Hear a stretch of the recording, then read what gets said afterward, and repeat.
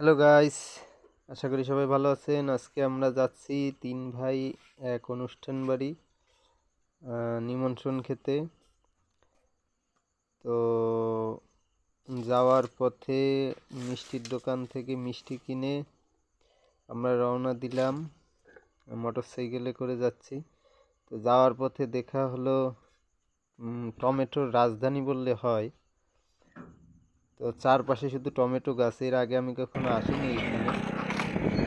তো যেতে যেতে আমাদের যেতে হবে মাটির রাস্তা দিয়ে। মাটির রাস্তা এখন না দেখা যায় না বললেই চলে। তারপর একটা বিচিত্র অভিজ্ঞতা হলো, মাটির রাস্তা দিয়ে চলে আসলাম নিমন্ত্রণ বাড়িতে। তো সেখানে গিয়ে খাওয়া দাওয়া করে আবার চলে আসলাম বাড়িতে। সবাইকে ধন্যবাদ পাশে